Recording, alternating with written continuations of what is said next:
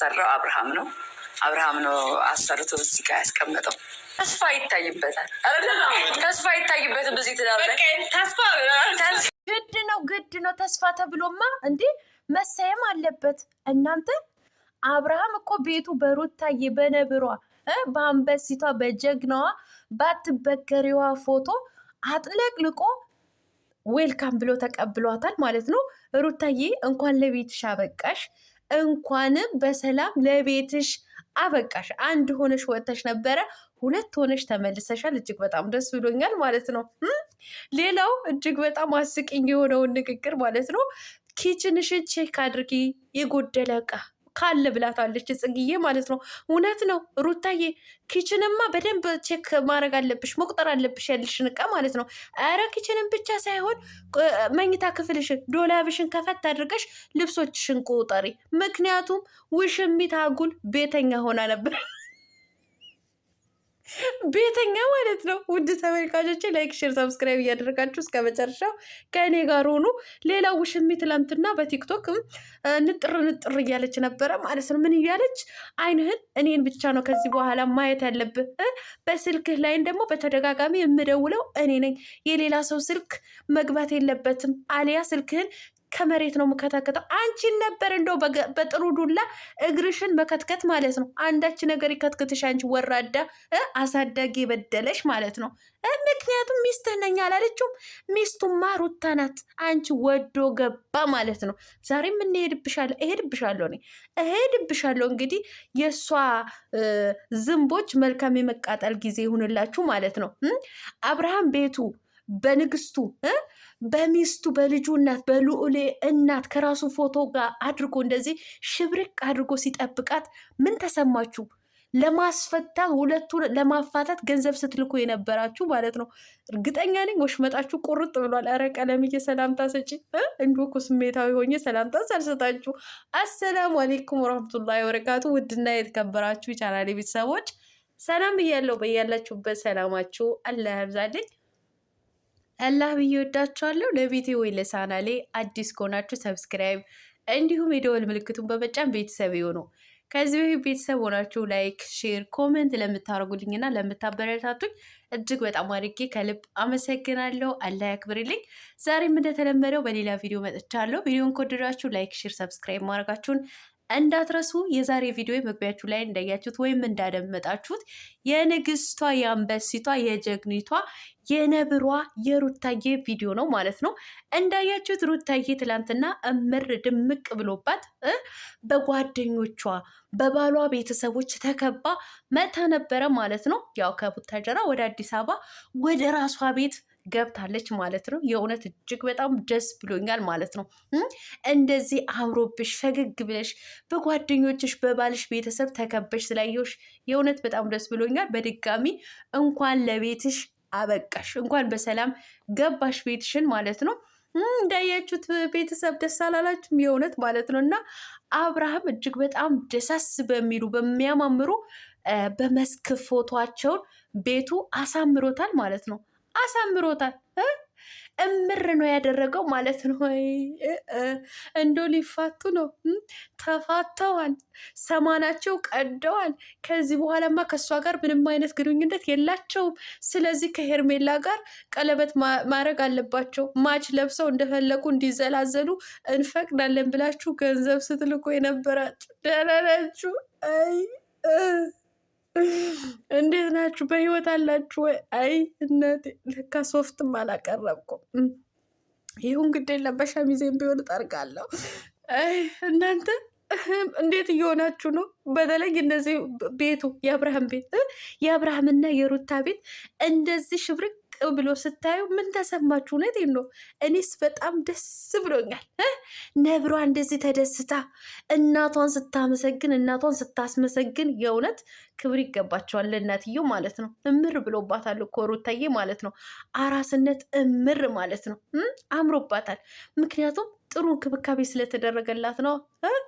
እናቷ በደንብ ስለተንከባከበቻት ማለት ነው። አምሮባት ወፍራ እንግዲህ እንዳያችሁት የአብርሽ እህቶች እንግዲህ የሩታዬን እናት እያመሰገኑ ነበረ ማለት ነው።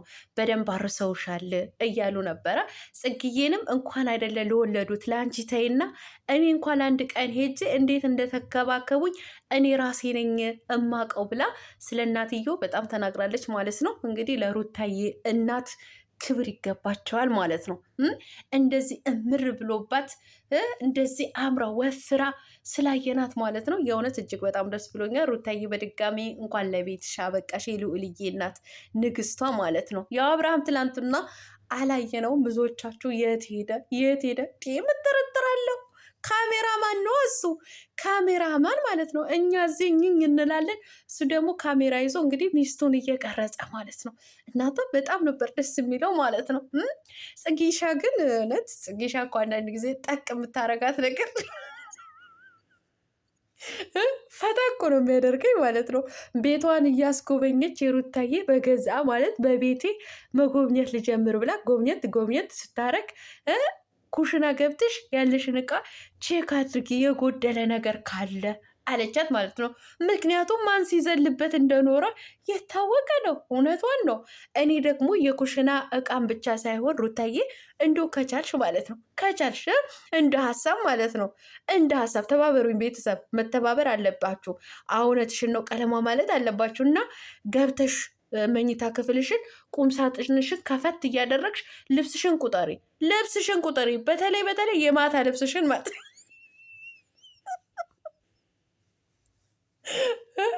ውሽሚት እንግዲህ ቤተኛ ሆና ነበር ማለት ነው። ለማንኛውም እውነቴን ነው የምላችሁ። ደግሞ ውሽሚት በዚህ ሰሞን ንጥር እያለች ትገኛለች። ግን ልፋታት እየፈለግኩ ነበረ። ግን ትላንትና ግን ሳያት በጣም ደሜን አፈላችሁ ማለት ነው። አይንህን እኔን ማየት አለበት። እንዶ ቼክ አያደርግሽም አብርሃም። አንቺ ትደክሚያለሽ እንጂ አብርሃም ቼክ አያደርግሽም። በግድ ነው እያስገድድሽ ያለሽው ማለት ነው። እኛ እኮ ድሮ የምናውቀው ወንድ ልጅ ነበረ ሴትን የሚያስገድደው ማለት ነው። አሁን ደግሞ በአንቺ ሳይ በግድ እያስገድድሽው ነው ልጁ ማለት ነው። በግድ ካላየኸኝ፣ አይኔን ካላየኸኝ፣ በስልክ ላይ እኔ ነኝ የምደውለው፣ ሌላ ሰው መደወል የለበትም።